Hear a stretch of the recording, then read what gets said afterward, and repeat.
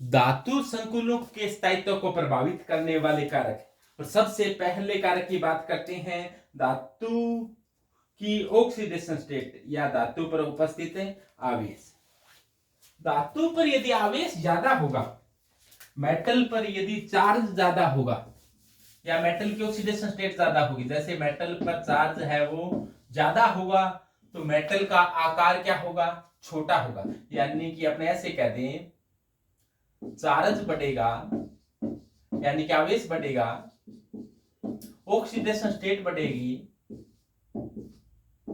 तो क्या होगा, मेटल का जो आकार है, जो साइज है वो क्या होगा, कम होगा।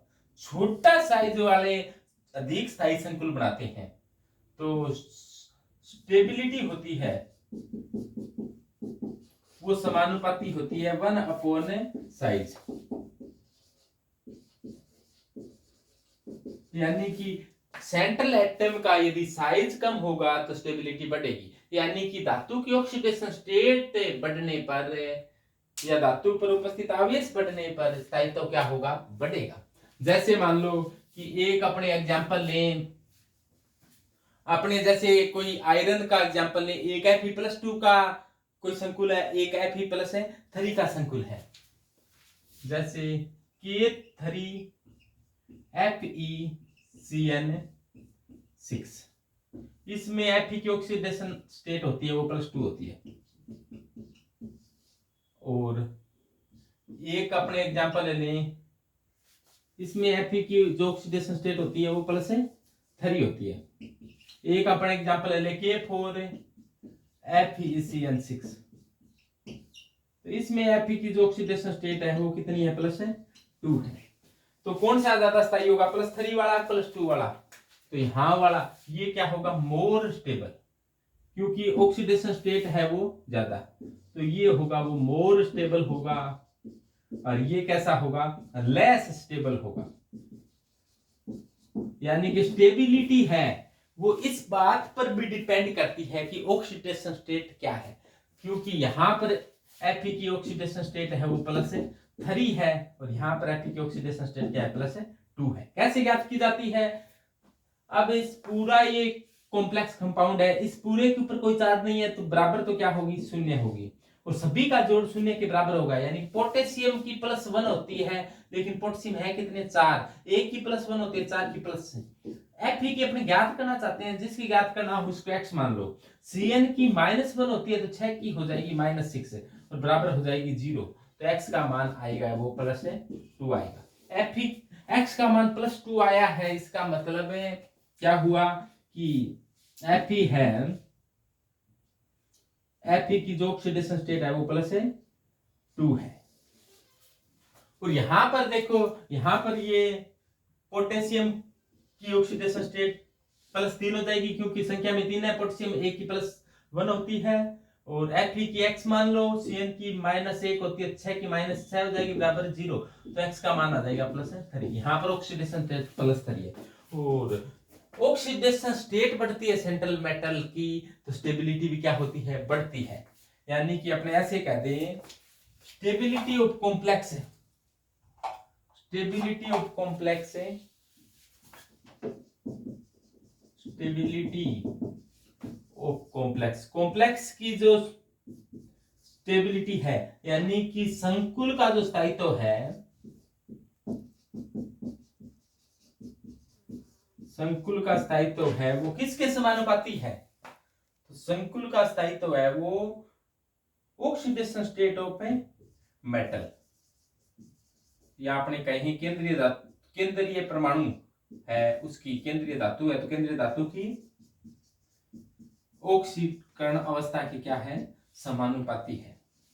ऑक्सीडेशन स्टेट बढ़ेगी तो इसकी स्टेबिलिटी भी क्या होगी, बढ़ेगी। तो सबसे पहले बात की कि धातु की ऑक्सीडेशन स्टेट बढ़ने पर स्थायित्व के मान में बड़ी भारी वृद्धि होती है। यानी कि यदि आकार छोटा है तो वो अधिक स्थायी संकुल बनाएगा, आकार बड़ा है तो कम स्थायी संकुल बनाएगा। तो एक कहा जाता ऐसे है, अपने इसके साथ एक और शब्द जोड़ दें, आवेश। वह आवेश। तो संकुलों का स्थायित्व होता है, संकुलों का स्थायित्व जो होता है वो होता है, यानी कि स्टेबिलिटी ऑफ कॉम्प्लेक्स की बात करें अपने, तो वो समानुपाती होती है 1/आयनिक पोटेंशियल। आयनिक पोटेंशियल यानी कि आयनिक विभव की क्या होती है, आयनिक विभव के व्युत्क्रमानुपाती होती है। यानी कि धातु का स्थायित्व है वो क्या होता है, आयनिक विभव के समानुपाती थे, व्युत्क्रमानुपाती नहीं, आयनिक विभव के समानुपाती होती है। संकुलों का स्थायित्व है वो आयनिक विभव के समानुपाती होती है। अब आपके याद आया होगा आयनिक विभव क्या होता है, तो आयनिक विभव होता है वो होता है धातु पर उपस्थित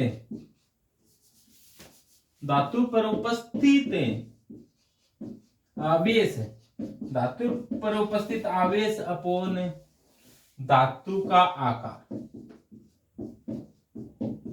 धातु पर उपस्थित आवेश में किसका भाग दे दे, धातु का आकार का भाग दे दे, तो आयनिक विभव हो जाएगा फाई। इस प्रकार से तो फाई ज्ञात करना हो, आयनिक विभव फाई ज्ञात करना बहुत ही आसान है। धातु पर उपस्थित आवेश में धातु के आकार का भाग दे दे। तो इससे अपने को स्पष्ट पता चल रहा है कि आयनिक विभव बढ़ेगा तो क्या होगा, आयनिक विभव बढ़ेगा तो धातु का कॉम्प्लेक्स का स्थायित्व बढ़ेगा। और आयनिक विभव कब बढ़ेगा, जब धातु पर उपस्थित आवेश बढ़ेगा। आवेश बढ़ेगा इसका मतलब ऑक्सीडेशन स्टेट से है, ऑक्सीडेशन स्टेट बढ़ेगी तो स्टेबिलिटी बढ़ेगी। अभी बात की थी कि स्टेबिलिटी है, स्थायित्व है, वो ऑक्सीडेशन स्टेट के समानुपाती होता है। मेटल की ऑक्सीडेशन स्टेट बढ़ेगी इसका मतलब धातु पर आवेश बढ़ रहा है, आवेश बढ़ रहा है और आवेश बढ़ता है तो आकार वैसे ही कम होता है। जैसे मान लो एक Fe+2 है और एक Fe+3 है, तो चार्ज तो अब इसका पता है कि इसका ज्यादा है, आवेश इसका ज्यादा है, आवेश ज्यादा है तो आकार की बात करें तो Fe+2 का आकार मान लो ये है Fe+2, तो Fe+3 होगा वो बिल्कुल छोटा सा होगा, ये है Fe+3। तो यानी कि जिस पर आवेश ज्यादा होता है उसका आकार कम होता है, जिस पर आवेश कम होता है उसका आकार भी क्या होता है, बड़ा होता है। और बड़ा आकार है, जिसका आकार बड़ा है, बड़े का भाग देंगे तो आयनिक विभव का मान क्या आएगा, कम आएगा। आयनिक विभव का मान कम होगा तो स्थायित्व भी क्या होगा, कम होगा। इसीलिए संकुल बनाते समय धातु का आकार छोटा रखना चाहिए ताकि आयनिक विभव का मान ज्यादा आए, आवेश का मान ज्यादा रखना चाहिए ताकि आयनिक विभव का मान ज्यादा आए। और आयनिक विभव का मान बढ़ेगा तो संकुल का स्थायित्व क्या हो जाएगा, बढ़ जाएगा। आयनिक विभव क्या होता है, आवेश अपॉन आकार, यानी कि धातु पर जो आवेश है उसमें धातु के आकार का भाग दे दिया जाए तो क्या हो जाएगा, वो आयनिक विभव होता है। और आयनिक विभव का मान बाएं से दाएं जाने पर, पीरियोडिक टेबल में बाएं से दाएं जाने पर बढ़ता है, ये बात ध्यान रखना। लेफ्ट टू राइट जाने पर आयनिक विभव के मान में वृद्धि होती है। थोड़ा सा देखो, आयनिक विभव क्या होता है, धातु पर उपस्थित आवेश अपॉन धातु की त्रिज्या r के Q अपॉन R होता है, यानी धातु पर आवेश कितना है और उसकी त्रिज्या कितनी है, आकार कितना है। बाएं से दाएं जाने पर आकार छोटा होता जाता है, आकार छोटा होगा, छोटे का भाग देंगे, यानी कि आवेश अपॉन त्रिज्या है। नीचे जाने पर आकार, बाएं से दाएं जाने पर आकार छोटा हुआ, छोटे का भाग देंगे तो मान क्या आएगा, बड़ा। तो बाएं से दाएं जाने पर फाई के मान में वृद्धि होती है। ऊपर से नीचे जाने पर आकार बड़ा होता है, आकार बड़ा होता है तो फाई का मान क्या होता जाता है, कम होता जाता है। यानी कि बाएं से दाएं जाने पर आकार छोटा होता जाता है, फाई का मान बढ़ता है। ऊपर से नीचे जाने में आकार बड़ा होता है, फाई का मान क्या होता है, कम होता जाता है। तो ये फाई और फाई है वो संकुल का स्थायित्व के समानुपाती होती है। फाई बढ़ गई यानी कि आयनिक विभव बढ़ गया तो स्थायित्व भी बढ़ गया, आयनिक विभव कम हो गया स्थायित्व भी कम हो गया। ओके। धातु के इलेक्ट्रॉनिक विन्यास पर भी संकुल का स्थायित्व डिपेंड करता है। अपने डी की बात की तो डी कक्षक होते हैं, डी कक्षक में इलेक्ट्रॉनिक विन्यास बताया कि डी में 5 होते हैं, ये डी कक्षक है। डी उपकोष में इस पूरे को तो क्या कहेंगे, डी सब सेल है ये। और डी सब सेल में ये क्या है, ये 5 क्या है, ऑर्बिटल है। ये क्या है, ऑर्बिटल है, ये ऑर्बिटल है। तो 5 ऑर्बिटल में हो सकता है कि इसमें अधिकतम 10 इलेक्ट्रॉन आ सकते हैं। हो सकता है कि इलेक्ट्रॉन नया हो तो 0 इलेक्ट्रॉनिक विन्यास हो, यानी कि 0 इलेक्ट्रॉन विन्यास हो, 1 हो, 2 हो, 3 हो, 4 हो, 5 हो। इसको अपने 0 से 5 वालों को अलग रख दिया और 6 से 10 वालों को अलग रख दिया। कौन से संकुल ज्यादा स्थायी बनेंगे, जब यदि डी कक्षक खाली मिल रहा है, डी कक्षक खाली मिल रहा है तो लिगेंड आएगा, लिगेंड को लोन पेयर डोनेट करने में क्या होगी, आसानी होगी, आसानी से लोन पेयर डोनेट कर देगा तो संकुल है वो आसानी से बन जाएगा और उसका स्थायित्व क्या आएगा, अच्छा आएगा। तो यानी कि इस प्रकार का इलेक्ट्रॉनिक विन्यास हो, यानी कि केंद्रीय धातु का इलेक्ट्रॉनिक विन्यास 0 से 5 तक हो तो वो संकुल ज्यादा स्थायी होते हैं, मोर स्टेबल होते हैं। जबकि आधे से ज्यादा भरा हुआ हो तो वो संकुल कम स्थायी होते हैं। तो ऐसे संकुल मोर स्टेबल होते हैं जब इलेक्ट्रॉन विन्यास 0 से 5 हो, यानी कि या तो डी कक्षक आधा भरा हो या आधे से भी कम भरा हो, यानी कि 0 इलेक्ट्रॉन 1 2 3 4 तक 5 तक मोर स्टेबल होता है। और जैसे इलेक्ट्रॉन ज्यादा हो जाते हैं ऐसे संकुल के स्थायित्व के माने में कमी आ जाती है और ऐसे संकुल कम स्थायी होते हैं। ऐसे संकुलों को अपने लेस स्टेबल कहा जाए कि कम स्थायी होते हैं। तो डी कक्षक कितना बड़ा है उसके आधार पर भी स्थायित्व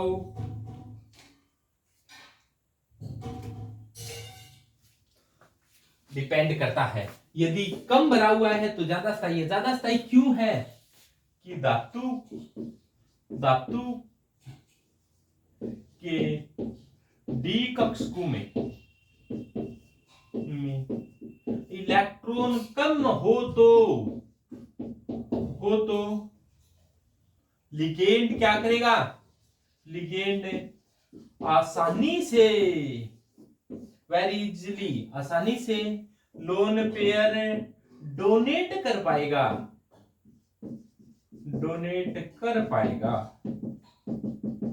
यदि डी कक्षक आधे से भी कम भरा हुआ है यानी कि डी कक्षक में कम इलेक्ट्रॉन है तो लोन पेयर आसानी से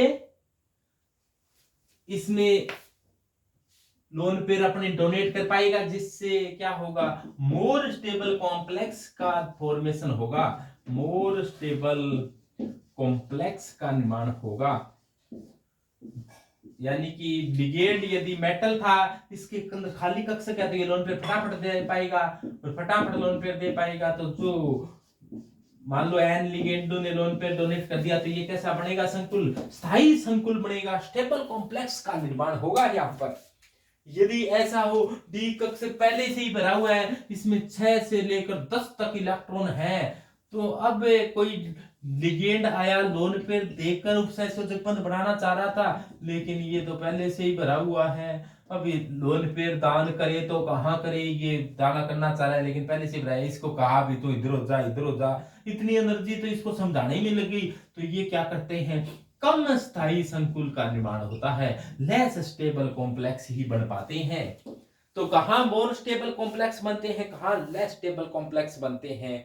तो ज्यादा भरा हुआ होगा यानी कि कम खाली होगा तो वहां पर कम स्थायी संकुल बनेगा, और कम भरा हुआ होगा तो अधिक स्थायी संकुल का निर्माण हो जाएगा।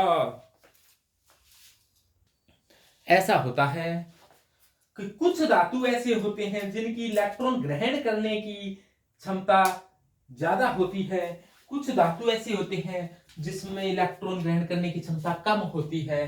तो संकुलों में आप सभी जानते होता क्या है, उसमें एक मेटल होता है जिसे अपने सेंट्रल मेटल या सेंट्रल एटम कह देते हैं। यदि मेटल ना हो, कोई और हो, नॉन मेटल हो, मेटेलोइड हो, तो इसको सेंट्रल एटम कह देते हैं। वैसे मेटल को भी सेंट्रल एटम तो कह सकते हैं। इसके पास कोई लिगेंड आया कि मैं लोन पेयर देना चाहता हूं, तो इसके पास लोन पेयर ग्रहण करने के लिए खाली कक्षक होने चाहिए, वेकेंट ऑर्बिटल होने चाहिए, तभी तो ये लोन पेयर देना चाह रहा है, ये लेना चाह रहा है। तो ये लोन पेयर डोनेट करेगा और ये इलेक्ट्रॉन ग्रहण कर लेगा। इस प्रकार से ये बॉन्ड कोऑर्डिनेट बॉन्ड का निर्माण होगा, कोऑर्डिनेट बॉन्ड बनेगा।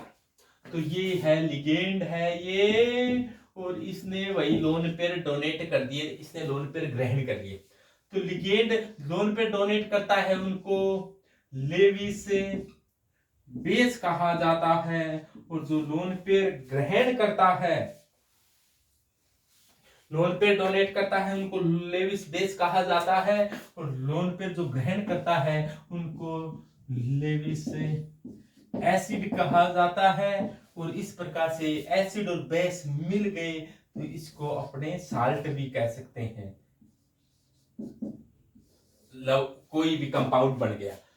तो अब देखो, ये लोन पेयर डोनेट करे तो इसकी नेचर क्या होनी चाहिए, लोन पेयर ग्रहण करने वाली होनी चाहिए। यदि मेटल की इलेक्ट्रॉन ग्राही गुण ज्यादा होगा, इलेक्ट्रॉन इसको दिया जाएगा, तो और ये आसानी से कि लाओ भी लोन पेयर लाओ, और इसने ग्रहण कर लिया। जैसे मान लो कोई भूखा व्यक्ति है, उसको रसगुल्ले खिलाए जाएं, यानी कि एक कोई भूखा व्यक्ति है, उसको कहे भी 6 रसगुल्ले खा, तो वो तुरंत खा लेगा।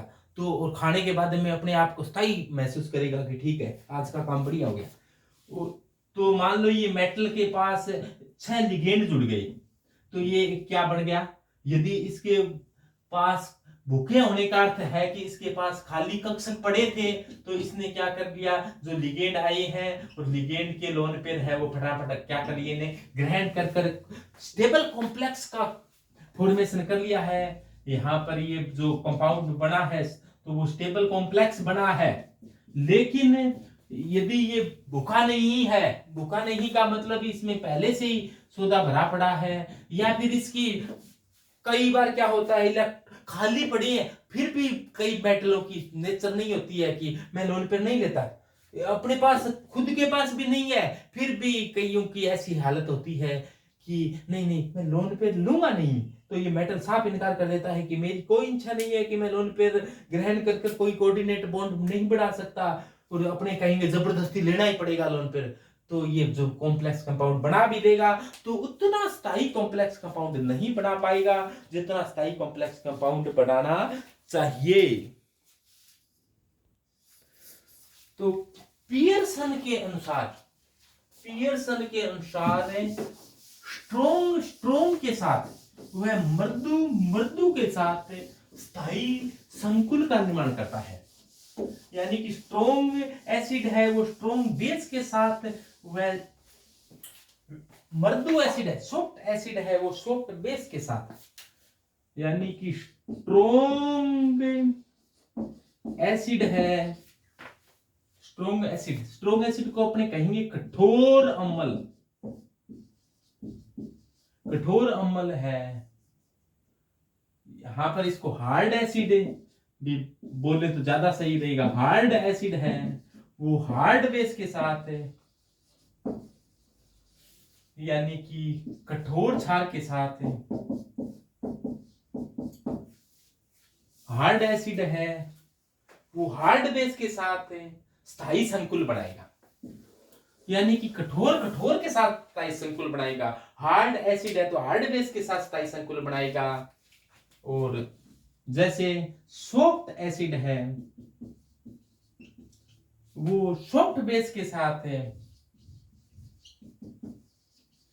बेस के साथ स्थायी संकुल बनाता है।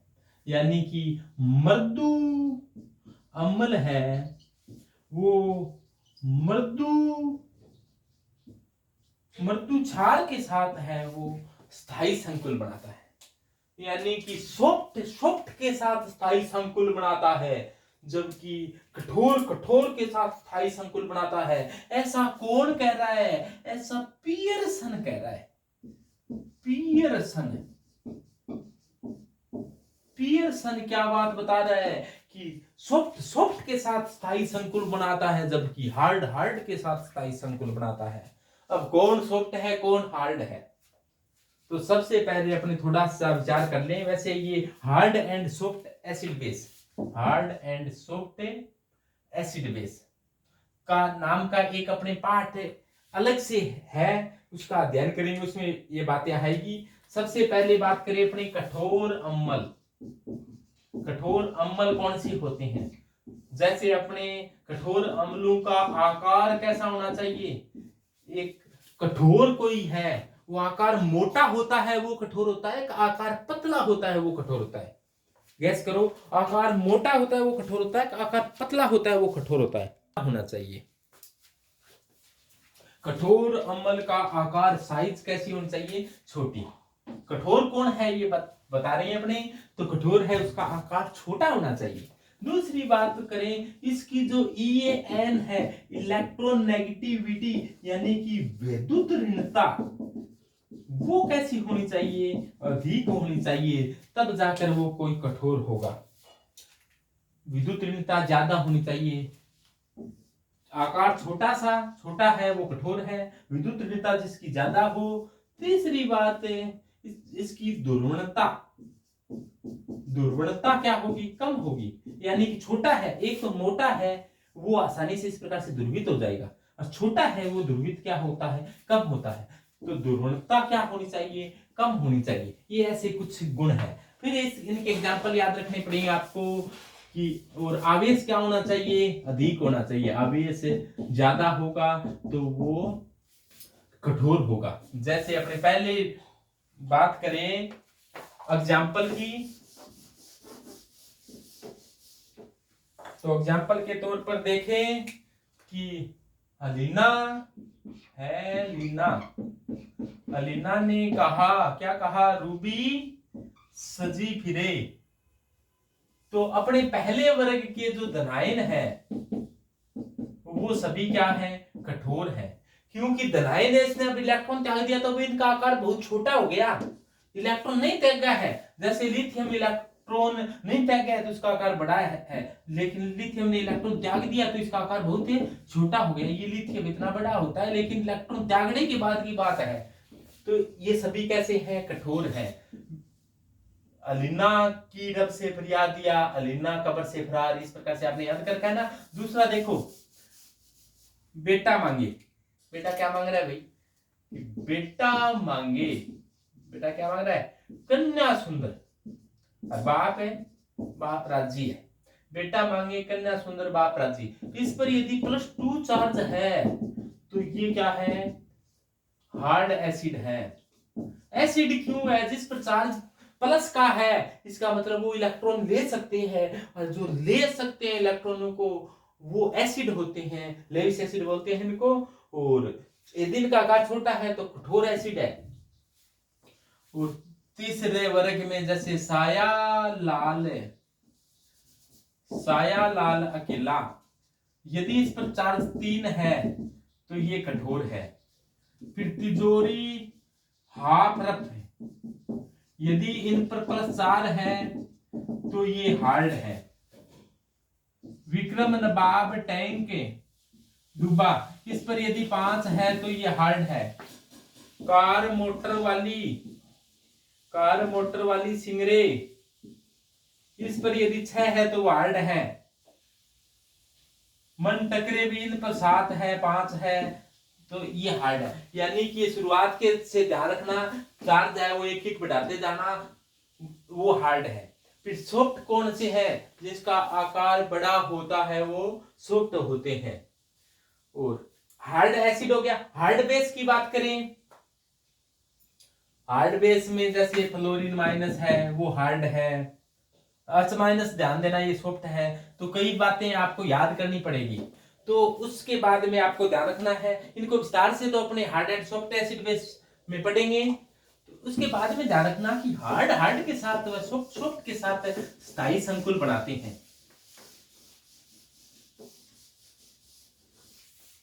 हार्ड के साथ सॉफ्ट के साथ स्टेबल कंपाउंड का निर्माण करते हैं। हार्ड एसिड हार्ड बेस के साथ व मृदु एसिड मृदु बेस के साथ स्थायी संकुल का निर्माण करते हैं। जैसे मान लो एक तो है, एक मान लो ये CSF है और एक है CSI। इसको थोड़ा सा मैं इस प्रकार से बताऊं।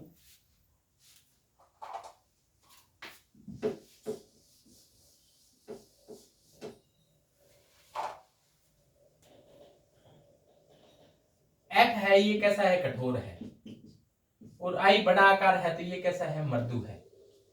तो इसको आप ऐसे मान लो कि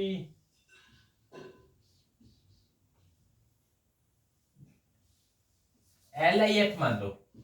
Li का आकार क्या है, छोटा है, तो ये क्या है, कठोर है। तो कठोर के साथ बना हुआ है तो वो ज्यादा स्थायी है।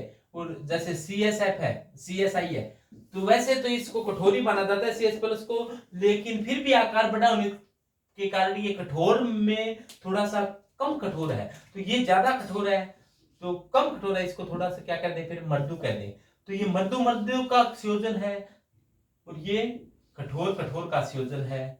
तो वो क्या होगा, ये ज्यादा स्थायी संकुल होगा और ये तुलनात्मक रूप से ज्यादा स्थायी होगा। और यहां पर मैं लिख दूं F है, तो क्या होगा, A कॉमन आ गया, ये कठोर है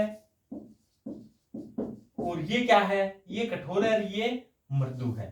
तो ये तो कठोर का संबंध था, ये मृदु कठोर का संबंध हो गया।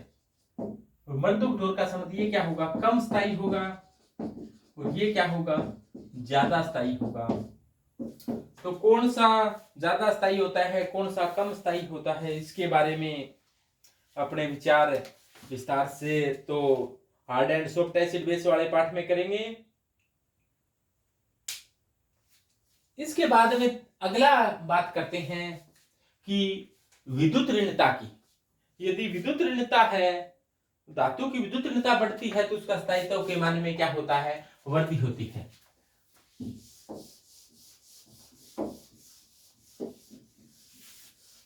यानी कि यदि सेंट्रल एटम की इलेक्ट्रोनेगेटिविटी के मान में वृद्धि होती है तो स्थायित्व के मान में वृद्धि होती है। सेंट्रल एटम की EN बढ़ेगी, यानी कि इलेक्ट्रोनेगेटिविटी बढ़ेगी, विद्युत ऋणता बढ़ेगी, तो स्थायित्व क्या होगा, बढ़ेगा। तो स्टेबिलिटी क्या होगी, बढ़ेगी। यानी कि स्टेबिलिटी के क्या है, समानुपाती है। यानी केंद्रीय धातु है उसकी विद्युत ऋणता के मान में वृद्धि होती है तो स्थायित्व के मान में लगातार वृद्धि होती है। विद्युत ऋणता जितनी ज्यादा होगी तो उसका स्थायित्व का मान उतना ही ज्यादा होगा। एक अपने पढ़ा था क्रिस्टल फील्ड, अगला ये मान लो तीसरा था, तो ये चौथा था, ये पांचवा। Crystal field splitting energy, sorry crystal field stabilisation energy, ये क्या है भाई, क्रिस्टल फील्ड